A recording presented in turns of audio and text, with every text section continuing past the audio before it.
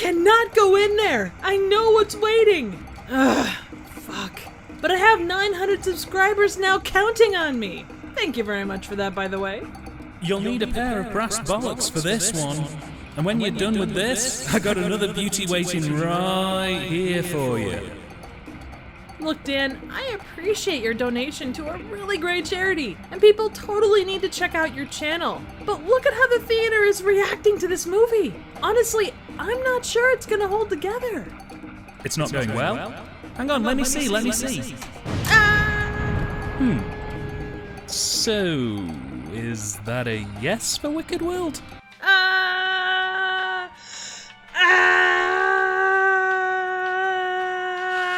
Before we go any further, I need to mention there are elements of this movie that may be considered shocking to modern audiences. In addition to being heavily influenced by mid-century media, this is based around a lot of underground 70s culture, which has a different perspective on certain things. The director has spoken out on many of these points and has worked to change others as technology has improved. What I'm saying is, take it as it is. Now, where was I? Oh yeah! This is 1980s Forbidden Zone. A very wonky house and an opening crawl with an emphasis on a mysterious door greets us. After passing a bra, Atlantis, and this skater playing with his boner, a title appears in a variety of very fashionable animal prints. The Hercules family shares wholesome time together discussing the mysterious door that resides in their basement. Just imagine the adventurous world beyond that door. Pa Hercules pulls a solid Yosemite Sam moment as he scolds his daughter, Frenchie. You don't ever. After a sassy jazz number featuring finger exercises, Behind them doors, you don't go through. There is one thing you do not do. a stop-motion transition leads us to the sixth dimension and a set of jockstrap twins. A fashionable dancing frog introduces us to Queen Doris, who supervises a set of girls being spit-roasted as King Fausto toots his horn. The Forbidden Zone, a moose bouche, ends with the Hercules family doing another stop-motion transition, and Flash says it best. Holy cow! Later at school, Flash and Frenchie find their friend Squeeze-It in a trash can, where he relates a dream about his twin sister playing a liar as the queen of the sixth dimension downs a giant kielbasa, turning on her handsome husband under the romantic light of a human chandelier. Squeeze-It then rushes to a diverse class of greasers, gamblers, hipsters, Hitler, and whatever these two are. Later, Frenchie's curiosity gets the best of her, taking her to the forbidden door courtesy of a random roller skate. She tumbles into a giant mouth, which sends her on a thrilling and educational trip through the digestive tract. Nature takes its course and she's shot out into a magical land where she's taken by the Roomba stylings of this boxing duo and the accompanying nightmare fuel. She fits right in until the topless princess blows a whistle and causes an explosion? Frenchie is marched to the throne room, where Fausto is so taken with her that he makes with the pretty words. Thy lips are like thread of scarlet. She responds in kind, and is carted off to the spacious Cell 63, where the king enjoys peeping on the prisoners. The queen catches him and pelts him with fish. He ends up apologizing with some French kisses as the chandelier attempts to both hold his balance and not lose his lunch. The Hercules family, clearly sick with worry over Frenchie's disappearance, tries to go on with normal life, including school, where the teacher leads them in an ABC lesson. A-E-I-O-U, Icky-I-O-U. And everyone is really into it. F-U-C-K. You. Picky baby, bye, boo, picky bye, fuck you. She logically follows this up by pulling a bag from under her dress and instructing her students to get their own bags and put them on while reading. Flash is tired of pissing around, so he jumps out a window, frees Gramps, and they jump into the forbidden mouth. Along the way, they run into some rather odd problems in the digestive tract, which turns into a literal pain in the ass, which is best described by Flash. Shit. The dynamic duo end up being tossed into the royal septic tank, which has frankly seen better days. But they break out and continue running into a vagina-shaped cave. A gorilla harasses them, and Flash ends up falling into a cage with the ex-queen who's currently working on a screenplay. And to all this, you might very well ask, why the fuck is all this happening? And my only answer is... Elsewhere, a work conga line singing about LA street names leads to the La Brea Tar Pit Factory. They sweat their asses off to a catchy tune.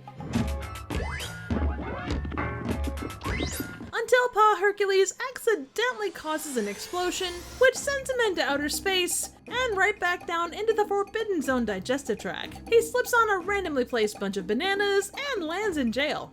It turns out that Squeeze-It is everyone's last hope. Unfortunately, he didn't choose the chicken lifestyle. The chicken lifestyle chose him. The plot chickens, and he flies the coop to go rescue them. Unfortunately, his cluck is terrible, and he chooses the wrong door, where he runs afoul of the Mystic Knights of Oingo Boingo.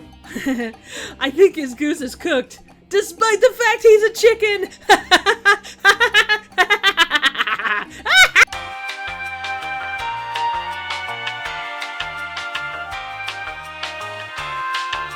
They go to ludicrous speed.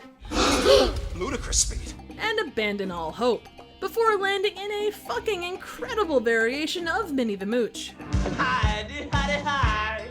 Hidey, hidey, hide. Holy, holy, ho. Led by the one and only Danny Elfman. Squeeze-It makes a deal with the devil for the return of Frenchie and his sister. Unfortunately, the devil isn't feeling like chicken tonight, and just wants a little head. But surprisingly, it doesn't seem to ruffle Squeeze-It's feathers.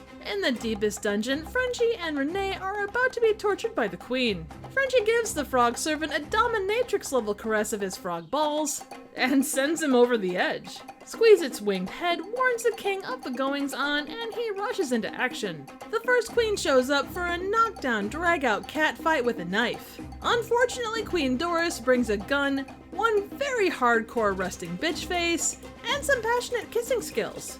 Oh, and one very large psych! King Fausto, Gramps, and Flash have a poking party as they make their way to help, but it's Ma Hercules that ends up shooting Queen Doris, who gives a dying soliloquy worthy of Hamlet. Tell me how you love to. Tell me how you love to. I love to feel your nipples stiffen when I caress them with my fingertips. That was so touching! How are they ever gonna say goodbye to her? Well, fucking...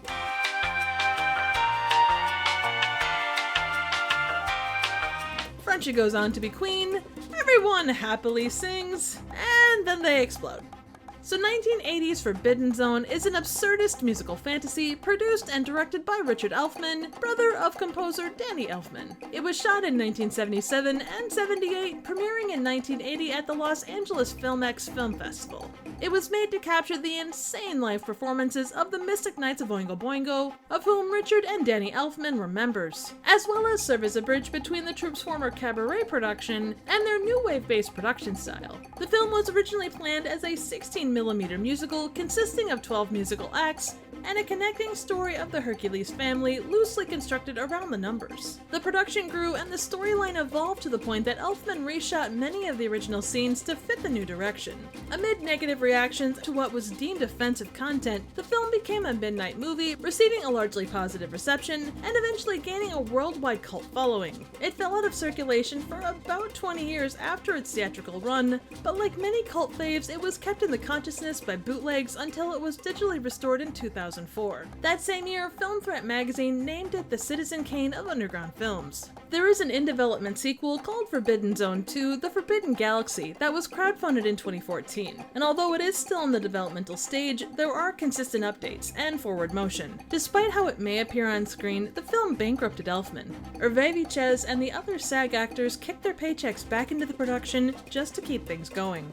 The film was originally planned to be colorized in a very traditional method, which meant sending it to China and having each frame hand-tinted, but this wasn't practical given the budgetary concerns. But it did go on to be colorized in 2008. Early on, Queen Doris actress Susan Tyrrell was convinced by Richard Elfman to appear in the film. and she brought in Hervé Vichez, who at the time was her real-life boyfriend. This was Danny Elfman's first film scoring gig. He's since gone on to compose numerous films and has a close working relationship with Tim Burton. Throughout the movie, characters lip-sync to old records, and in some cases heavy inspiration is taken in creating modern interpretations of classics, such as Cab Calloway's Minnie the Mooch, and the Swinging the Alphabet song from the Three Stooges short, Violent is the Word for Curly. Forbidden Zone has been called out for a wide range of criticisms, including racist, homophobic, and anti-Semitic characters. Elfman, who is himself Jewish, has disputed many of these, and the character of Mr. Bernstein, played by Elfman's grandpa, who was accused of being a Jewish stereotype, was said to just be playing himself.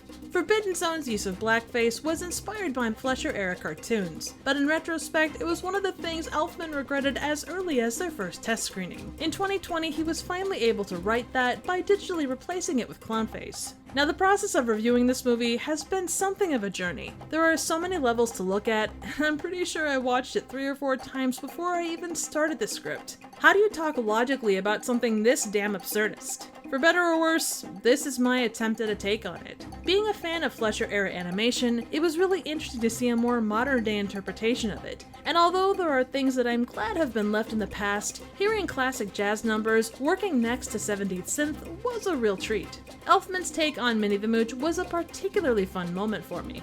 The graphic work here feels like something straight out of Terry Gilliam's playbook, and I am all about it. To see how this has influenced scenes in Pee-wee's Big Adventure, Nightmare Before Christmas, and even Cuphead shows the lasting effect this cult classic has had on pop culture. Forbidden Zone leaves me with so many questions. Was the production unable to afford pants, or were knickers a fashion-forward choice? Was the digestive system dimensional portal in the basement included in the house description when it was sold, or was it a surprise like finding out you have a poltergeist in the attic? And how does one find a frog servant that damn eloquently dressed? Either way, Forbidden Zone is a crazy fucking ride that is worth looking for.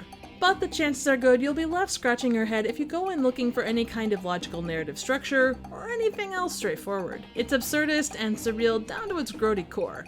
And that's what makes it kind of awesome. Thanks again to Dan from TYTD Reviews, both for his donation to special effect, as well as suggesting what was a roller coaster of what the fuck and a weirdly large amount of chicken puns. But Dan, make no mistake, I will pay you back. So what do you think? Suggestions for movies, trivial questions, comments, ratings, and a human balancing chandelier of my own would be appreciated. Thank you so very much for watching.